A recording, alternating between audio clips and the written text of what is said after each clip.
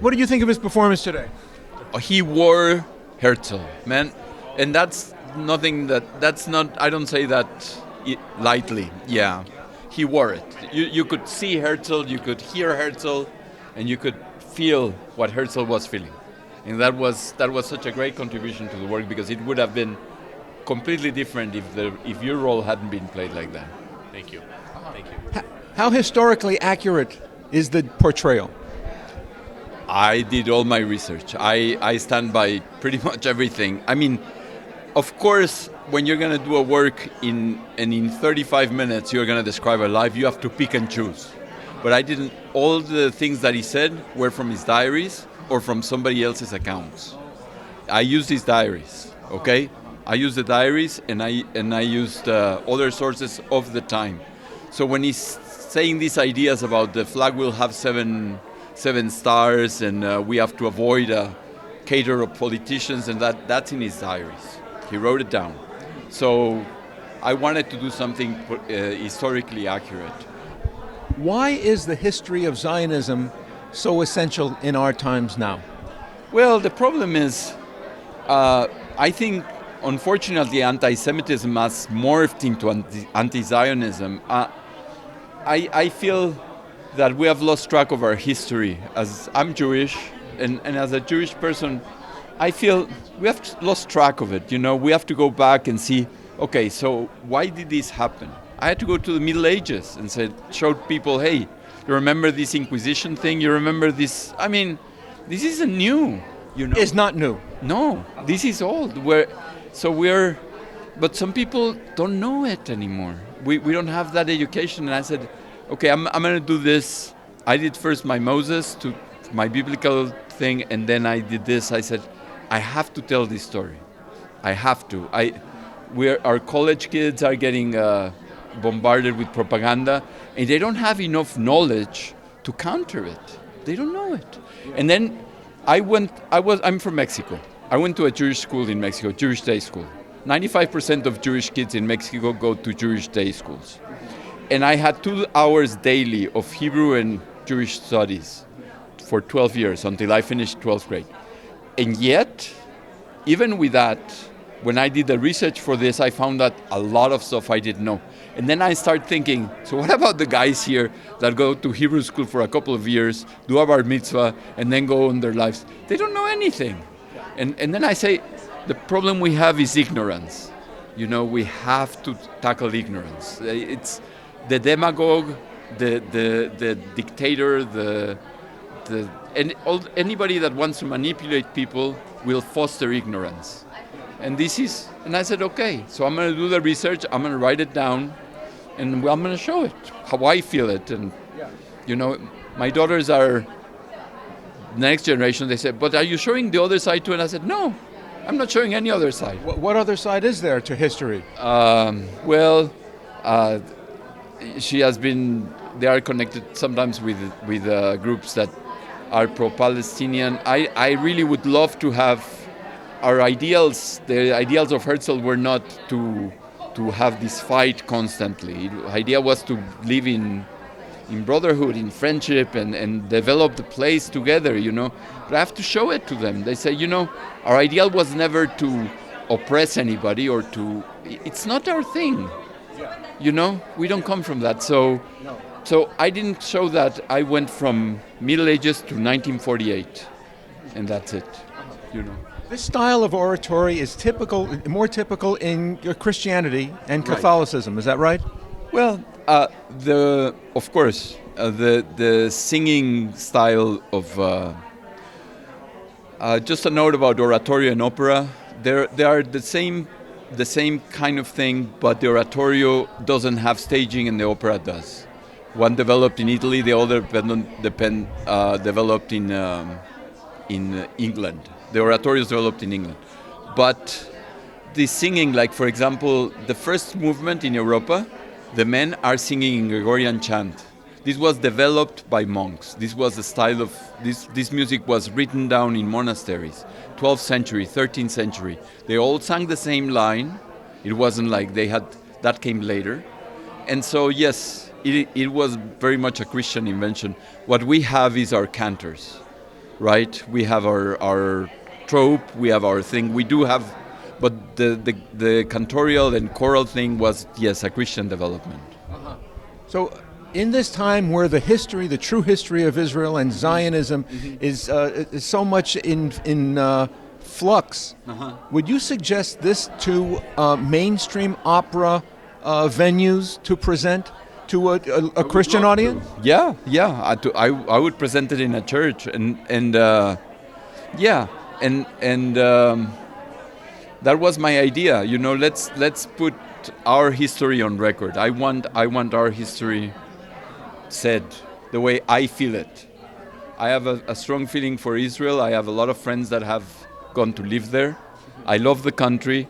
And yes, there are politicians that I don't like, and there are things that I don't like, but come on, everybody has things that I don't like. You know, we all have, nobody's perfect, there is no perfect society, but I think that the Israeli project is an important project, and it has given things to the world, not only to, and I think it's important to support it, you know, and that's what I'm trying to do. Do you think churches would host this presentation? It gets a little crazy with a thing about the Inquisition and I don't know. I would try it, but some might. And how about secular operas, opera venues? I would propose it and see. Yeah, I think it should be performed. It's a good piece.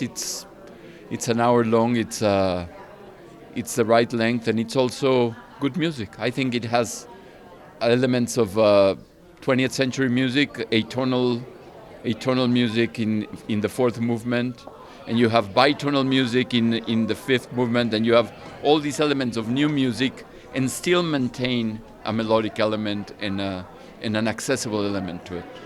So I think it's worthy of performance. Yes, definitely. How can people find out more about it? As this project goes, we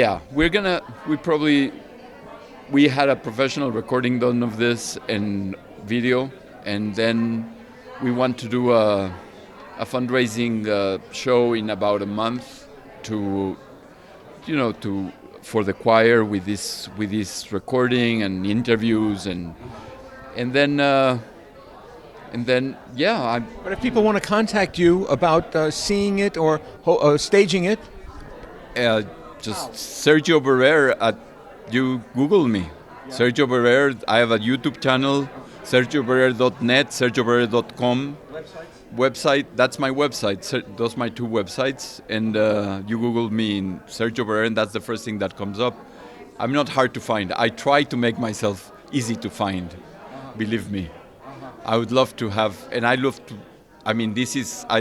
present this and to write more because I'm a composer. That's what I want to do, write more. Is your ideal to have this performed in Israel? I've thought about it, yeah. I would love to. I would love to have it done there, yes. Have they ever had something like this there? I hear that they are premiering a new opera about Herzl, this Yom Ha'atzmaut. I heard about it. I've not seen it. There was an opera performed about Herzl in about 2 or 3 years in New York, but it focused on his family life, and he had his family life. Well, it wasn't very, very good, but successful. But I said, okay, so what? I don't want to hear about that. I want to. He did so fabulous things, When you think that all this Zionist activity was 8 years, in those 8 years he was able to talk with the Sultan, with the Kaiser, with the English government, with Russia. He went to Russia. Couldn't put everything there, but he went to Russia. He was received like a hero in Russia. And and out of where? Out of just that he decided that he was going to do it. Isn't that amazing? No position in government, no nothing, just a journalist, and said, you know what? I am going to do something. And he did it. And that's one of the greatest things about Herzl, that he invented himself, and he projected himself, and he got things done. And it's like, wow. The thing about Herzl is, and this is the gray area when we talk about Zionism. At that Basel Congress, wasn't it debated that, well, should we have established Israel in Uganda or in Palestine? Yeah, he said maybe we should. Kishinev had just happened. Kishinev was a famous program. Bialik wrote a famous poem about it called City of Murder. And he was shaken up. And the Jewish people were expelled from Romania. Things were happening, and he said, okay, give us something. And in the Jewish state, when he said, the plan is simple, in the beginning, give us a piece of land that we can govern for ourselves. That was his main goal. Yeah, of course, he wanted Israel better, but that was coming more from Eastern Europe. His idea was just give us something, let us rule ourselves, let us get out of this, and we'll do our country and we'll be okay. Isn't Palestine, the land of Israel, a more appropriate place from where the Jews are indigenous? Yeah, it is. I think, and the people in Eastern Europe, the people that protested more severely at that Congress were the delegation from Eastern Europe. These are the guys that said, no way, we're not going to Uganda, we're not going anywhere. Norda was with him. He said, okay, how about if we go to Uganda? And he proposed it because he said, let's do something. Because he wasn't religious and the Eastern European Jews were religious. Yes. That they were coming from different places. He was coming from a secular, liberal, 19th century nationalist, and from, the Austro-Hungarian Empire was a liberal, the Habsburgs were liberal, Even when an anti-Semite got elected mayor of Vienna, they removed him and had the elections done again. Unfortunately, he won again, so they couldn't do it, but they were not really happy with that. So there was this liberalism that was flourishing in that area. And he was a product more of that than of... he was not a religious Jew. He was pretty secular. But Judaism hasn't given up its daily quest to return to Jerusalem since the expulsion, right? Never. We have it in the Haggadah. The Haggadah was written in the 2nd century. Is it in the it's in the not the Talmud but the Mishnah. But there is a whole book about how to do a Seder because and we have always said next year in Jerusalem. And there has always been a Jewish presence in Israel. There has never been a moment that there were no Jews there. There was always Sfat, there was always, all settlements, and there were religious people there. So we never lost touch with this. Considering all the anti-Semitism that we have in our day today,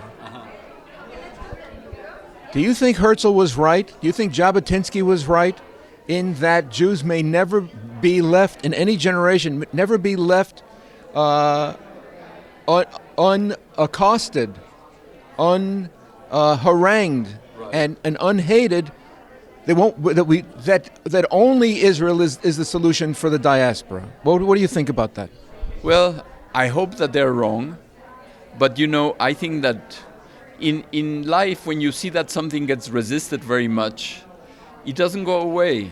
And I think that's one of the things that has happened to us. Some people have wanted to eliminate so much that we just don't go away. And I hope that we don't have to do this. I hope for the people in Israel that we find a solution with the Palestinians, that we find a way to coexist peacefully. And man, they are listening, as I read they're seeing some prime real estate in the Mediterranean in Gaza. Man, you want us to help you to build some resorts there? Let's do something together. But there is other interests and other people and other things that don't want that. If the Palestinians and the Israelis just talked, and we would be able to solve it, but there is so many hands in the pot, man.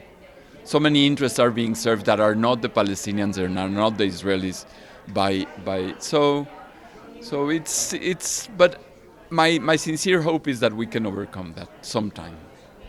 Avert combat? No. Avoid all this fight, constant conflict, That's my sincere hope, that we get to a point where it resolves and we can coexist there, and people don't have to go to shelters, and people don't understand that people that are in the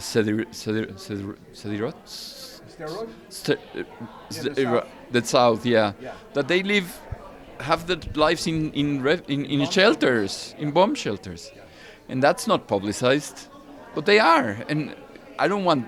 Who wants that life, right?